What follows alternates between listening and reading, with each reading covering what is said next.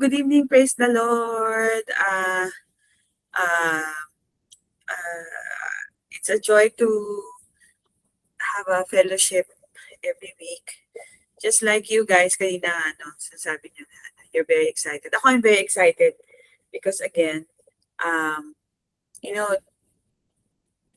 sabi ko kung ganyan kanina, no? So how do you, di ba we always say na yung awareness of His presence, di ba? It's very important that we are so aware. But you know what? The the answer in the answer to our uh, sometimes questions or yung mga conundrums natin, tama ba conundrum? Conundrums, ganyan. It's to fellowship. Kasi, sabi ko nga kanina ganyan, di ba in the Bible it says, whether two or three are gathered in His name, there He is in the midst of them. Because the presence of the Lord is in you, Roel, in Tina, in Ellen, in me. So, and if the answer is in the presence, it's in the fellowship. That's why the Lord is encouraging us to really not forsake the assembling of one another. Because the answer is always in each other's presence. Because the Lord is in us, diba? There is a particular word that will be spoken by any of us, diba? Or through the Bible study, no? That will quicken the seemingly dead spots, 'di ba? Parang no, dito kasi sa Meadowwood may mga dead spots naman ng mga internet. Anyway, minsan may mga gano'n tayo no, mga dead spots. Pero let's not worry because the word of God is always available through His church. So, I think we are on the right track. So, kahit na apat lang tayo, no? Anyway, this will be recorded naman.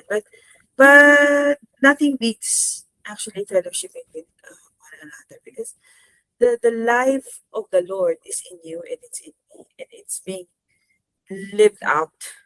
So parang yung kung iniisip natin na wala namang mawawala kung hindi ako mag-attend. Abay meron kasi there is something that tawag dito, may pumapasok. Ayun, si Ate Chay. There is something that the Lord has placed in your heart that is for the church. So yun. So let's dive into the word for the night. So the title of the article ba tawag dyan? Title of the section of the book is You're Not Trying Hard Enough. So one of the myths supposedly that Jesus said but He did not say it. Di ba? Parang, kasi all religion actually, not only Christianity, all religion is based on advice. Diba? Na dapat ganito ka, dapat ganito ka, dapat ganito ka. So kung dapat ganito ka, hindi mo na kailangan ng cross. Parang tanong ni Tina yun ng isang araw. Sabi ko, because if it's contingent on you, you don't need the cross. If it's contingent on the law, on your behavior, you don't need Jesus. Precisely, the law was given to smack you in the face that you cannot do it. Nobody actually can fulfill the law. Yun yung lesson natin last week. And the good thing is the Lord actually has provided a way for us. Diba? Jesus is the way, the truth, and the life. He provided Himself to each and every one of us. So basahin, hindi ko na mabasahin, no? Hindi ko na basahin. Kasi binabasa ko to every Sunday. Pero the article is about yung bearing fruit. We are advised before. So many advices na you do this, you do that, Diba sabi pa nga ganun sa dati naming church, those who do not bear fruit will be cut away. Di pala. Kasi yung Greek doon ay airo. Teka. You can close the window. Ito pala, sorry. You can, yung airo, hindi pala yun cut, yung pala ay lift. Anyway, so, Hindi ko na yan babasahin. So first and foremost, meron tayong mga questions. So how many of us for years have not struggled to rest in the love of God? So lahat tayo yan, di exempted. Parang meron pa nga tayong moments na, Lord, mahal mo pa ako talaga. Ba't ganun? Diba? So to believe that His love for us is the last word on our identity and destiny. How many of us have not repeatedly fallen back to believing that there must be something we need to do? Always, Lord, what is your will for me? What do I need to do? Lahat tayo yan, ano? In order to be or stay worthy of His life, worthy of our union with Him. How many of us would confess to living feeling that we must be a disappointment to God? That He may love us, but He probably doesn't like us. Hindi tayo favorite. How much of our Christian lives have been spent asking God what He wants us to do, and then worrying that we haven't done what He wanted us to do? So yung last question actually is very, very true. Very, very true for me because we grew up, diba? Ano ba yung will ni Lord sa'yo? Ano ba yun? Ano ba yung dapat mong gawin? Yun eh. The, the whole thing is contingent on my behavior, on my performance. When all along, hindi pala. Hindi pala. So, okay. Now, this is very precious. And I know we've been studying this for the longest time. But again, the Holy Spirit is speaking to us, speaking to me, speaking to you afresh tonight about this verse. The gospel declares that the union He offers us is based entirely on Christ's obedience and life. It is not your obedience. Actually, there's no Hebrew word for obedience. If you look at the interlinear, if you study the word obedience in what it says in the Old Testament, it is actually the word Shema. Shema means to hear and hear and hear. So, ibig sabihin lang nito is tayo, we hear because already the obedience of the one has completely finished the work. It is the obedience of our Lord Jesus Christ. So the gospel declares that the union He offers us is based entirely on Christ's obedience and life. Hallelujah. And it's in Romans 5:19 and Hebrews 10:14. That our identity is hidden in Him. Our identity is hidden in Him. So when the waves crash, diba, who does it crash into? It is the Lord, right? Diba? There's this famous quote that we all like, diba? You're not, diba? The enemy is not fighting against you. It is fighting against the finished work, which is you. You are the finished work of Jesus Christ. Tama? Okay. So, God never called you and I to produce the fruit of His life. Talaga ba? God never called you and I to produce the fruit of His life. Instead, actually, and most appropriately and most precisely, He called us to bear the fruit of His life. During the time of Angel Gabriel announcing the virgin birth, announcing the conception of our Lord Jesus Christ, the angel Gabriel did not say you will produce a son. No, you will bear a son.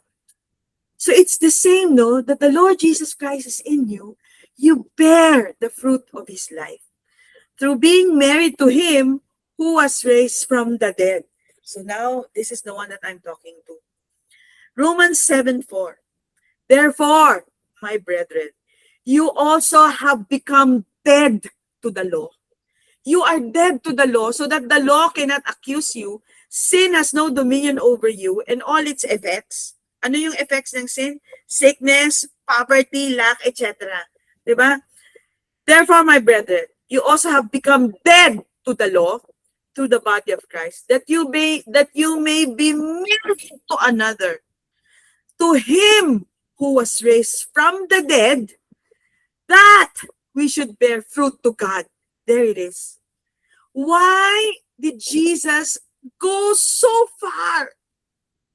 Go so far to be a human being and subject himself to the most horrible death there is. That he gave his life for you and I, right? His death became our death, and his resurrection became our resurrection. Why? For us to bear fruit. That we should bear fruit to God. Without the death, without the resurrection, there's no bearing of fruit. So it's not contingent on you. No, it is contingent on the death and resurrection of Jesus Christ. That we should bear fruit to God. There it is. Hallelujah. Hallelujah. Even the bearing of fruit, no, is provided to you and I in the Mirror translation. Let's take that all in. The very same finality in principle is applicable to you. Applicable to you. My brothers and sisters, in the body of Christ, you died to the system of the law. Your inclusion in his resurrection brought about a new union. Out of this marriage, faith, out of this marriage, because faith now is supplied. Faith now bears children unto God. So the first marriage, ito na yung notes sa Mirror. Wait lang.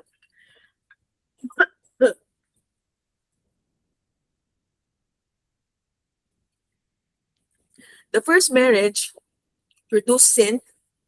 Diba? During the fall, the Garden of Eden, righteousness is the child of our union. Because of the death and resurrection of Jesus Christ, now we have our union with Christ so that we may bear fruit to Him. Di ba ang mag-asawa? Paano nagkakaroon ng Mac? Paano nagkakaroon ng Adrian? Paano nagkakaroon ng Ezra? When they become one. Correct? So in Romans 6, Paul deals with the fact that our inclusion in Christ, in his death, broke the association with sin.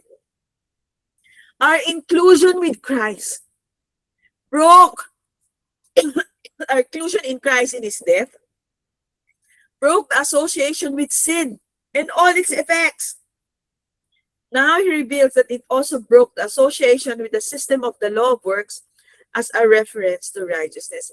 You're not anymore under the law. No one can accuse you. No one can condemn you because you are justified. Hallelujah. So Romans 6:8.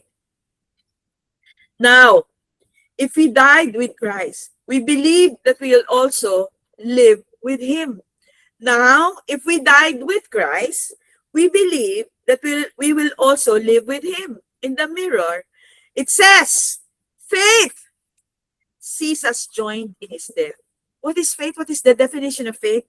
You see yourself as joined in his death. His death became your death. You died with Christ, and now your life is hidden with Christ in God.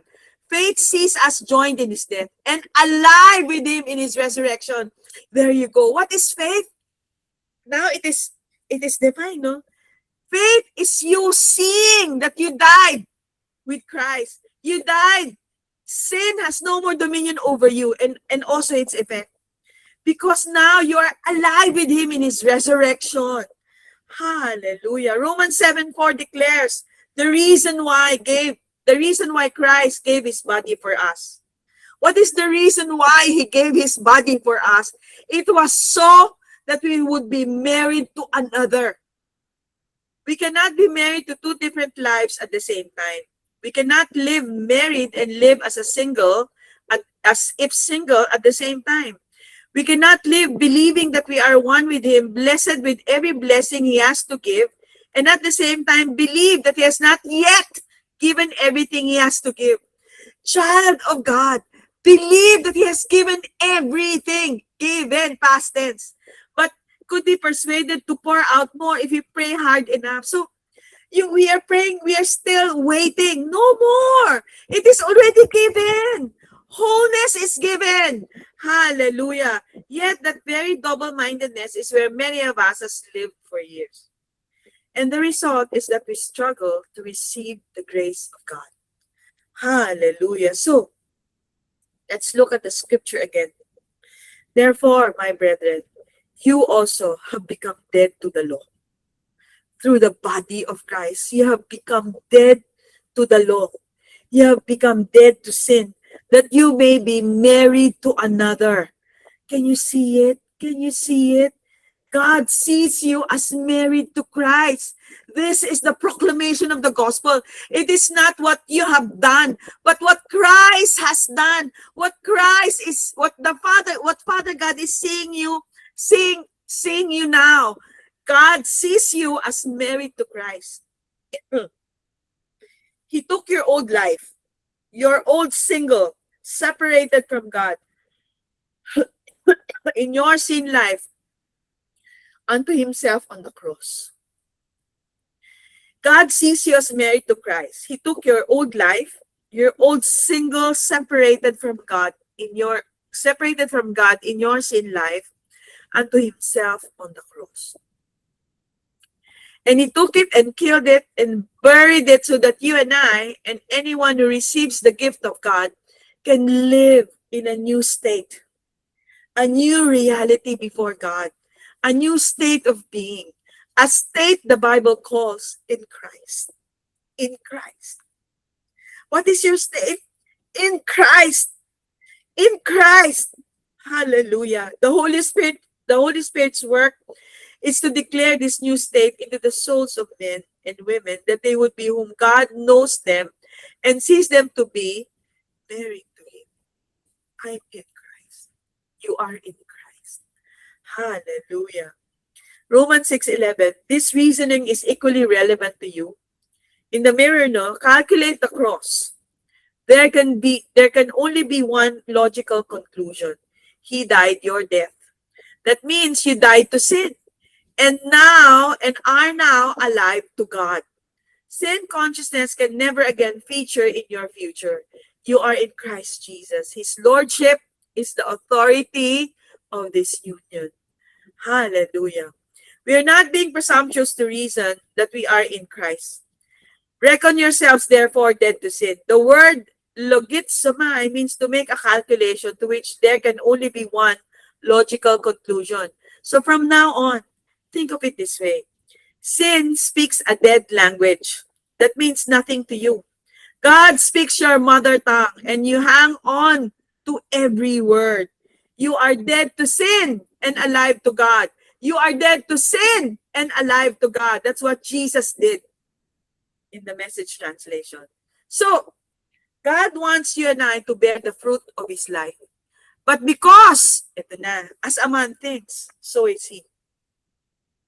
So there first must come a revelation of our union with Christ. That's why tonight the proclamation of the gospel of union, right, will expand our thinking. We need to see that Christ has married us and understand the enormity of the truth.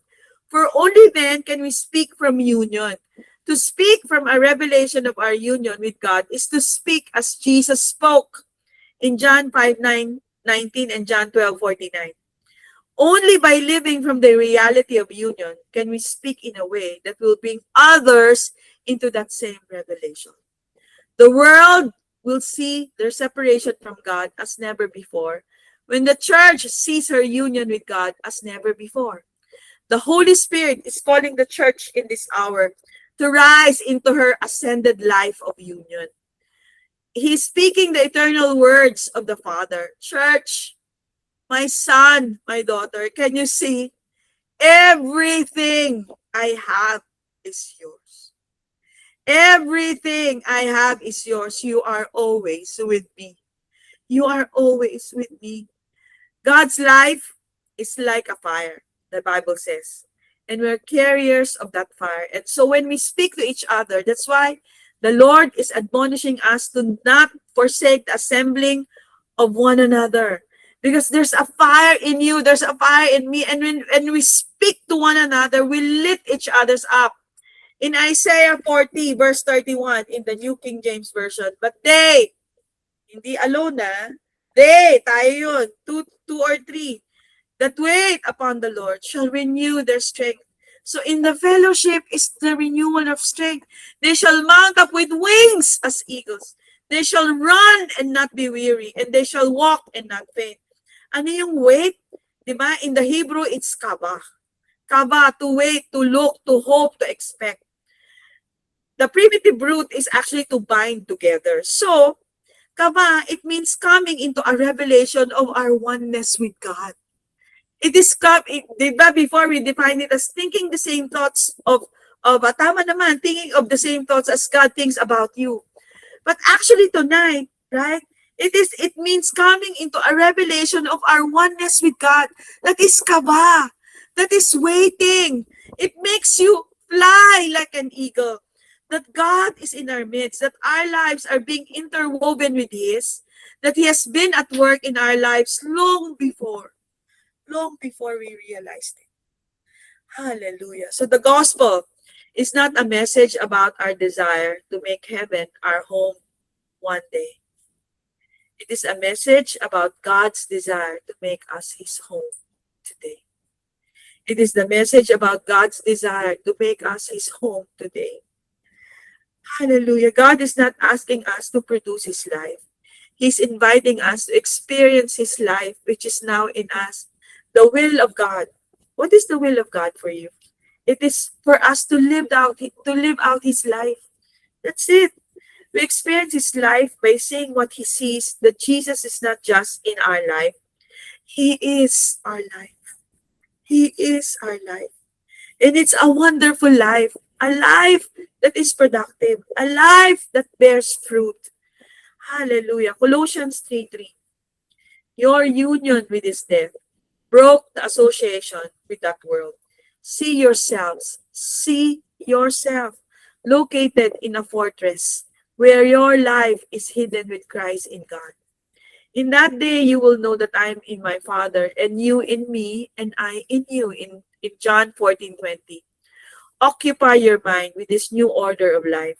You died when Jesus died. Whatever defined you before defines you no more. Christ, in whom the fullness of deity dwells, defines you now. Whatever the doctor said, it doesn't define you. Christ now defines you. The word hidden can also be translated secret.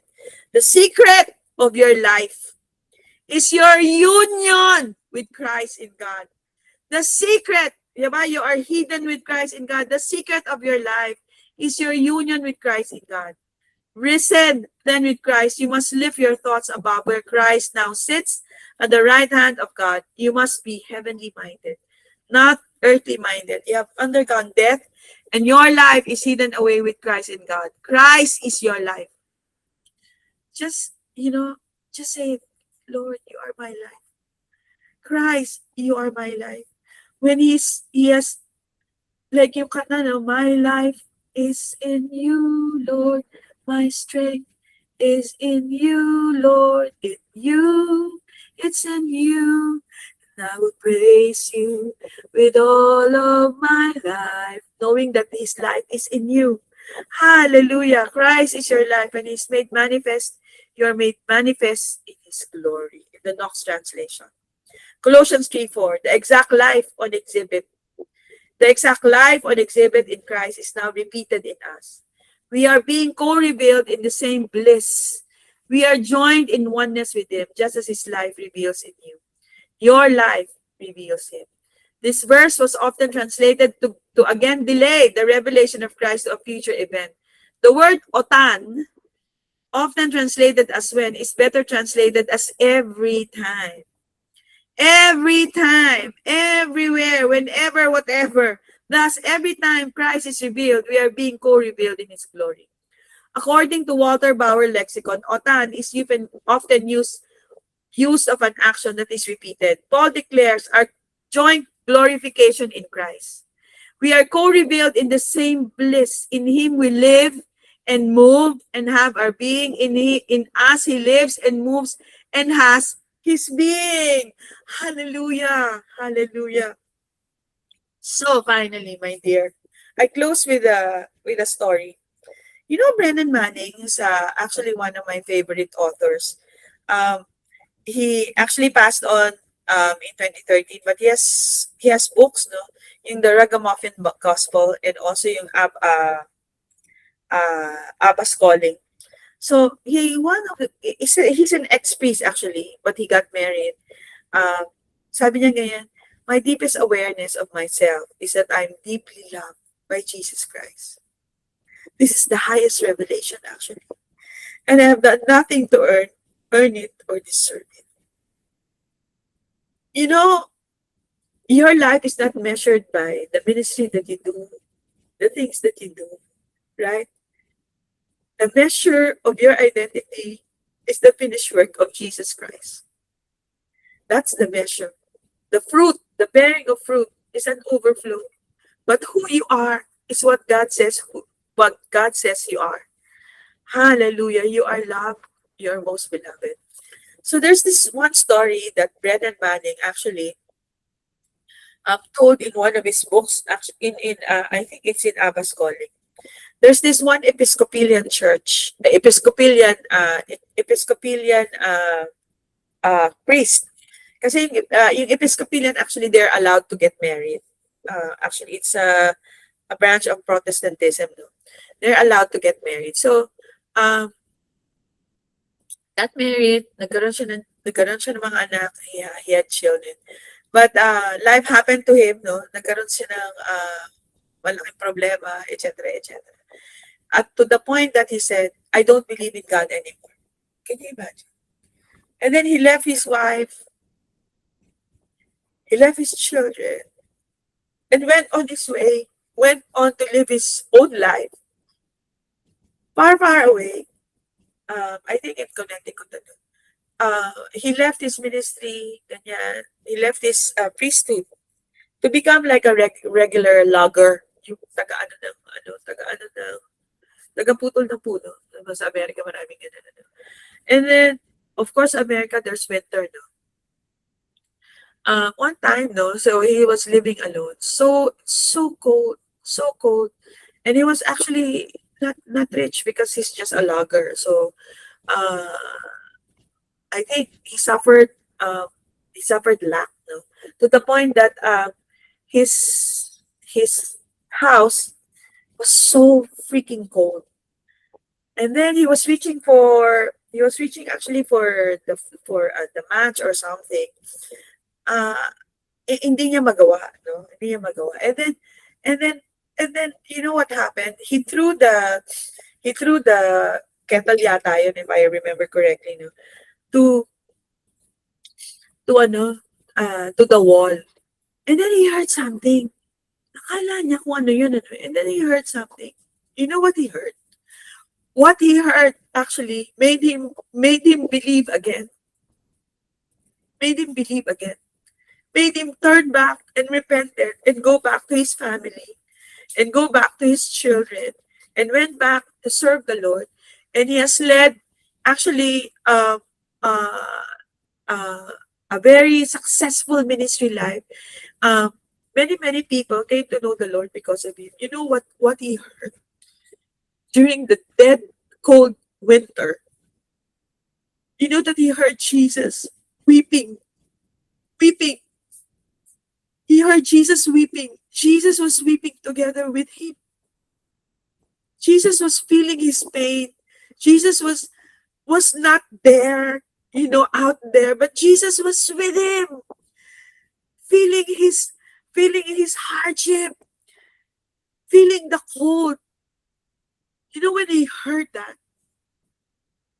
that's what made him stand up again and believe the gospel and believe that the Lord didn't leave him, that the Lord was ever present with him, and he was restored. So, mga kapatid, we believe the finished work of Christ is not a concept. It's not a concept. Grace is not a concept.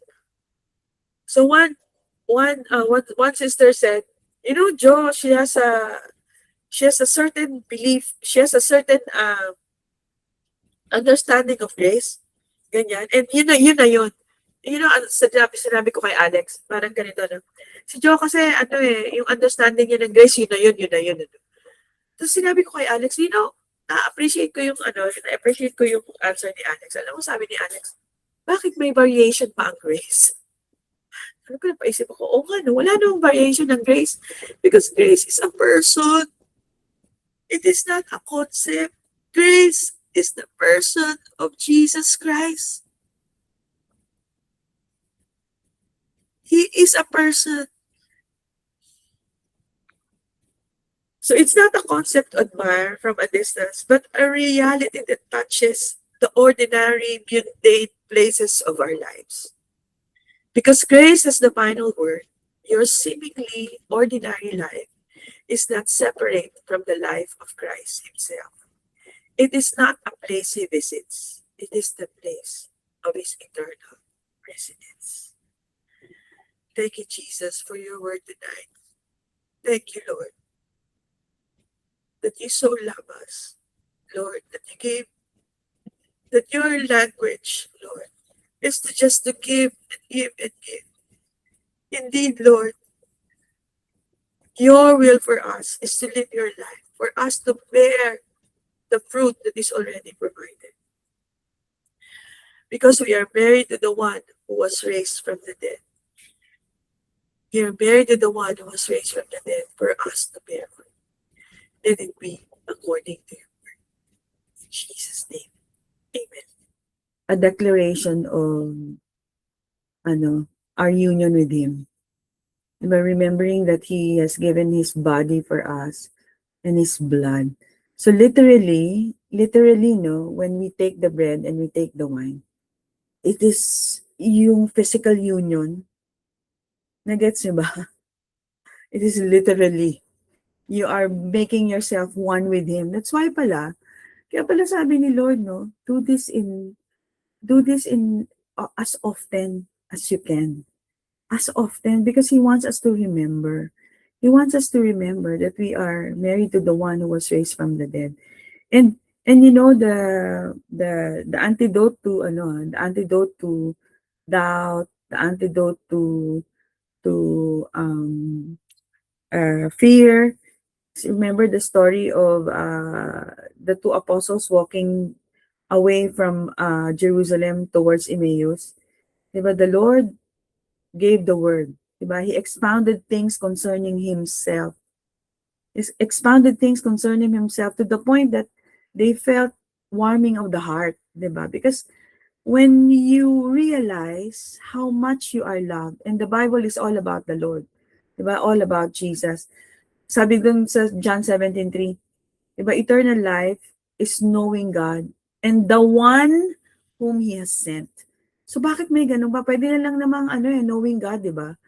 But knowing God, actually, you will know the heart of the Father when you know your bridegroom, when you have an intimate knowing of your bridegroom.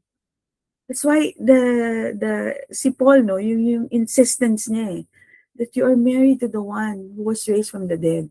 See yourself married. So let's live a married life from now on. So married life means everything that He has is ours. And in communion is a declaration of that Lord, everything that you have.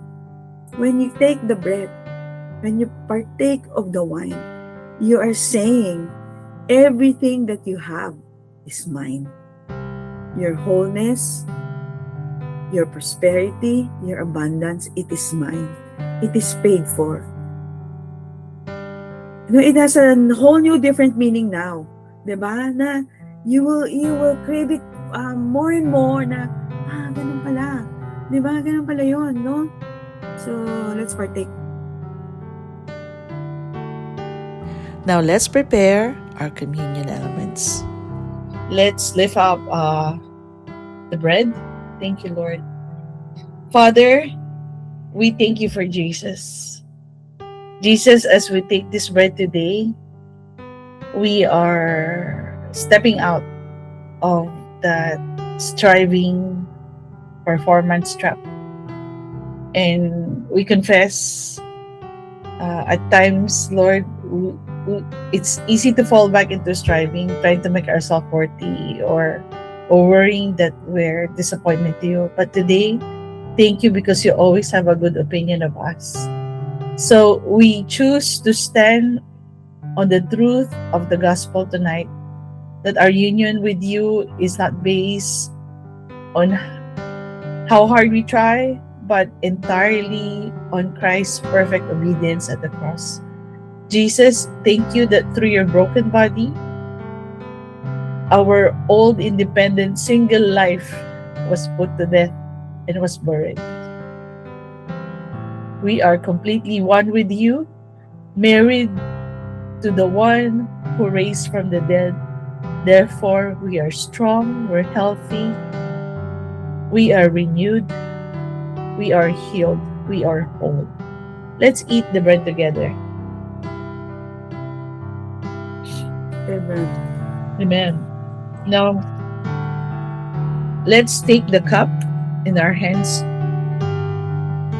Lord Jesus, as we drink of this cup, today we remember that you didn't just save us from heaven one day. You made us your home today. And because of your blood, we can confess that we are the righteousness of God in Christ. Forever accepted in the beloved, forgiven. And Lord, we realize that you never called us to exhaust ourselves trying to produce the fruit of a Christian life. You just called us to bear your fruit by remaining in you, knowing we are married to you. And thank you, Lord, because our identity is hidden safely in you. As we drink this cup tonight, we drink this cup with the deep and beautiful awareness that we are profoundly loved by you, and we've done absolutely nothing to deserve or earn it. But thank you for giving it to us. Amen. Thank you, Holy Spirit, for locking in this truth in our hearts, in our mind today. We are not trying to become the branches, but we are living from the truth that we are already because you are the vine. So we are the branches, we will just flow in you. And we have this assurance because of your blood that was shared for us. Thank you, Jesus, for your blood. Let's drink the cup together. Amen.